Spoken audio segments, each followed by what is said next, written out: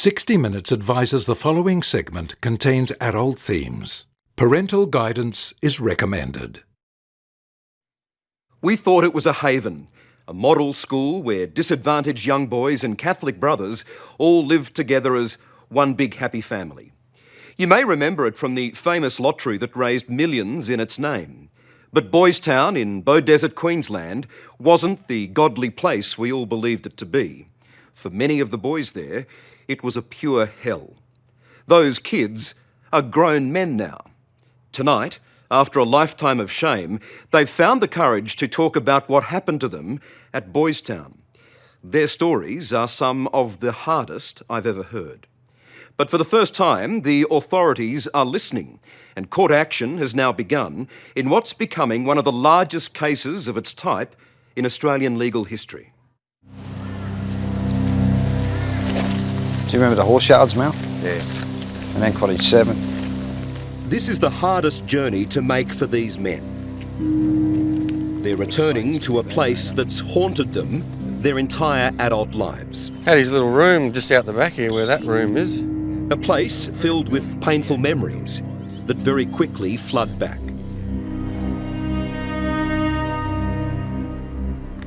Well, why ask you, and why did we have to go through what we did? This is BoysTown, or what's left of it. Just an hour out of Brisbane, it was both home and school for the boys who had nowhere else to go. They were the vulnerable ones who'd been abandoned, orphaned, or just got into a bit too much trouble. Here, though, they were promised a caring family environment and a future. But this place hid terrible secrets. And now, for the first time, you'll hear what really went on behind closed doors at BoysTown. I don't know how to do this. It's the hardest of stories to tell. Yeah, I'm sorry, guys. It's okay. Just some of the stories that I've already heard is just sick. It does, it makes you sick in the stomach. It's not easy. It's only the tip of the iceberg. I still have nightmares, I've got flashbacks, you know. Tonight, we'll uncover an abuse scandal that darkens a respected Catholic institution. How many of you were sexually abused at BoysTown? I'm still embarrassed. This is going to be one of the largest child abuse cases in Australia's history. We'll reveal that landmark Supreme Court action has begun against the church. Brother Paul, Michael Usher from 60 Minutes. And we'll seek answers from the De La Salle brothers who ran BoysTown. Why were there so many boys under your care whilst you were in charge of BoysTown who were abused, assaulted, in some cases raped? I'm not aware of that. Almost everyone's heard of the famous BoysTown lotteries, which help fund a range of welfare and charity services around Australia. It also helped fund this, a bush farm in Beaudesert, Queensland. It closed in 2001, but for 4 decades this BoysTown facility had a reputation for turning troubled young lives around. There's only about 3 of you who haven't taken off at some stage. We featured BoysTown on 60 Minutes in 1984 and spoke with then-director, Brother Paul Smith. I think it's terribly important to be loved. And I think the boys who leave BoysTown can honestly say that at least they know they are lovable. And that's important. But at this very same time, it's now alleged some of the worst abuse was being committed by some of the Catholic De La Salle brothers. Did you talk amongst each other? Did the boys talk about what was going on? Not really, no. You were ashamed. Mal Burrows was 12 years old when he was placed at BoysTown in 1981, after his mother was murdered by his father. This is your file from BoysTown. Yeah. The 15th of March 1983. It's a BoysTown hospital referral. You were sent to hospital on this occasion? Yeah. And it mentions stomach pains. What happened there? I was raped. But it just came out of stomach pains, you know. The only thing they gave you was Mylanta. You know, I've been raped. And you couldn't tell them that? No. Not the nurses, not the doctors? Why not? Because so many other boys have been sent there too, and nothing had ever been done. Who was going to listen to us? How can you talk about it? Who's going to listen to you?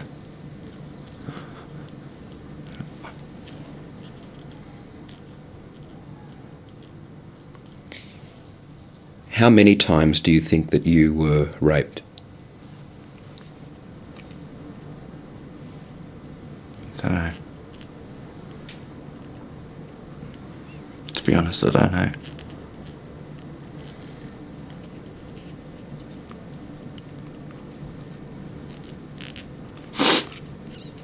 Too many to count? Too many to remember. Yeah.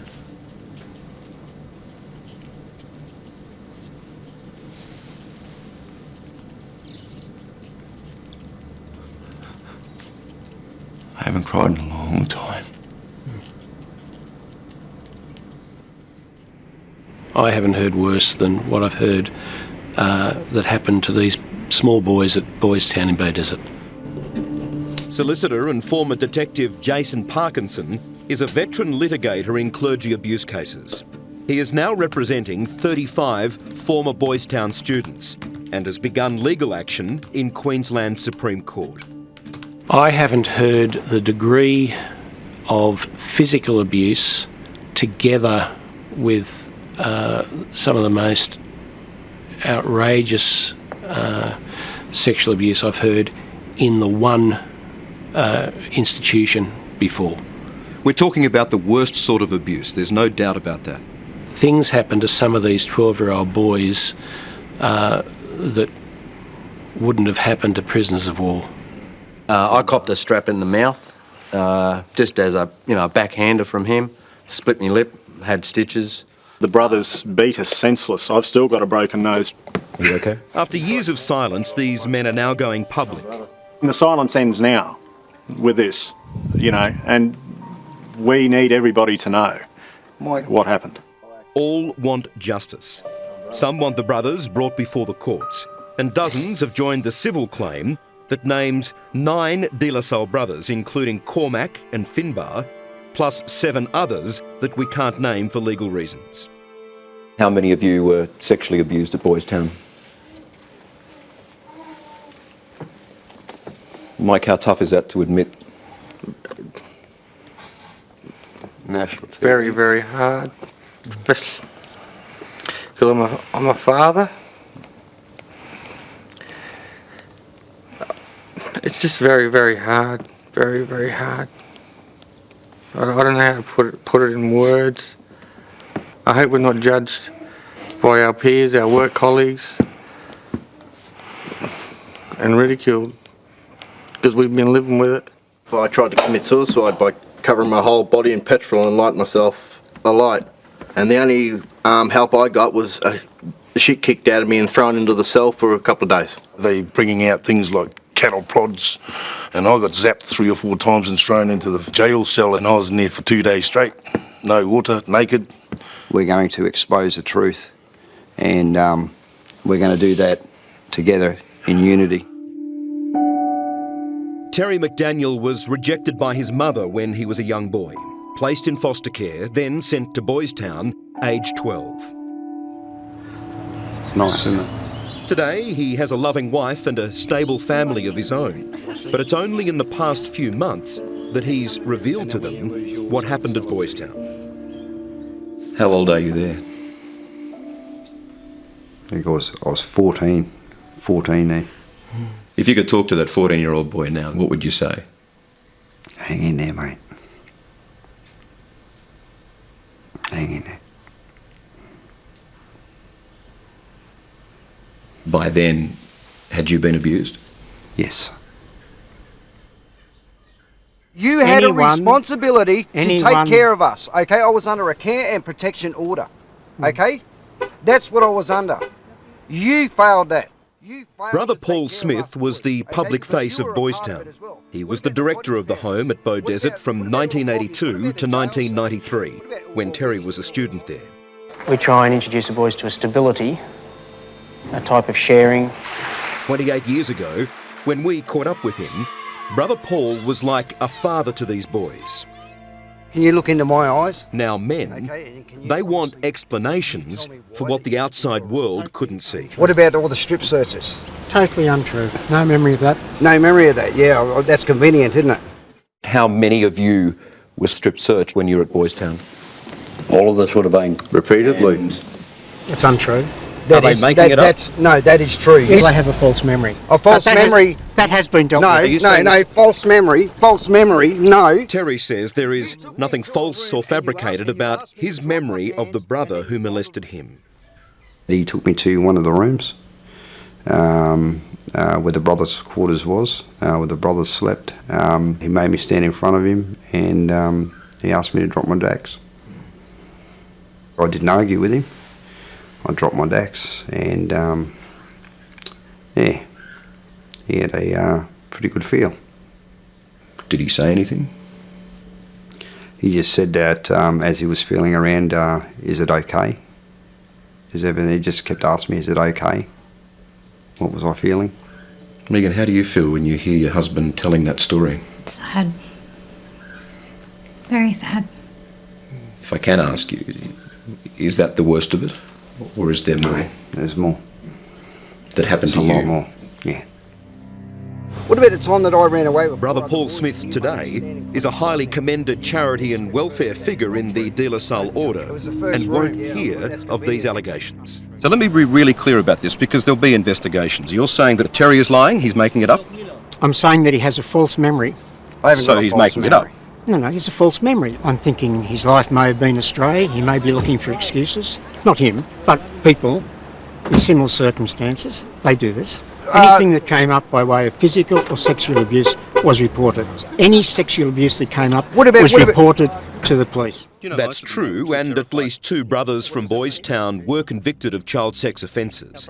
But it's the dozens of new allegations which went unreported that are the subject of these new claims. What, you're saying that you can't remember now? Can you put him back on a leash or something? I've been right. The current head of the Australian De La Salle Order is Brother Ambrose Payne. We played him just some of these men's stories. How can you talk about it?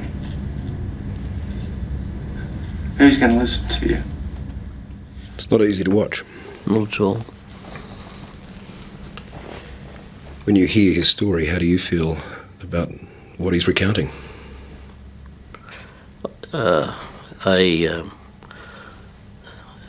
Probably the most expressive word is gutted.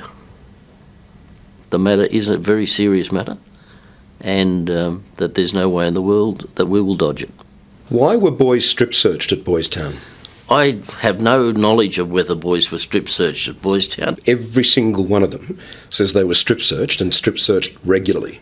That's appalling. This wasn't a prison. That's true. It was a care facility for young boys. It was a care facility, yes, and, you know, what else can I say except agree with you? Does that action, that behaviour at BoysTown, surprise you in any way? It surprises me and appalls me, and I'm absolutely devastated, really. But none of this should be a surprise, because we've now learned that BoysTown was the subject of a 3-year secret police investigation known as Operation Sari, which commenced in 1999. It resulted in 2 staff being charged with 48 serious sexual offences. But the case collapsed when former students withdrew complaints. Exactly why remains a mystery. Why has it taken so long for them to tell their story? Child abuse is almost the perfect crime. They reach an age in their 40s, late 40s, early 50s, when from that time they can look back on their life and say, well, there's nothing else that's occurred, and I'm now going to tell my story. And they are beginning what will be a testing legal challenge. The word of broken men against the might of the Catholic Church. It should never have happened. Because I never wanted any child to ever go through what I went through. Never. Never. No matter how painful and confronting, they have already taken the hardest step, and that's breaking their silence. I would like to see them, if there was enough evidence with enough boys to come forward, to have charges laid and actually stand in front of a magistrate and let a magistrate decide their fate. And what would that help you with, do you think? For the first time, I was able to tell my story and someone believed me. And we can now report that as a result of this story and the number of men coming forward, Queensland Police have now launched Operation Kilo Lariat, a fresh investigation into the BoysTown home at Bow Desert.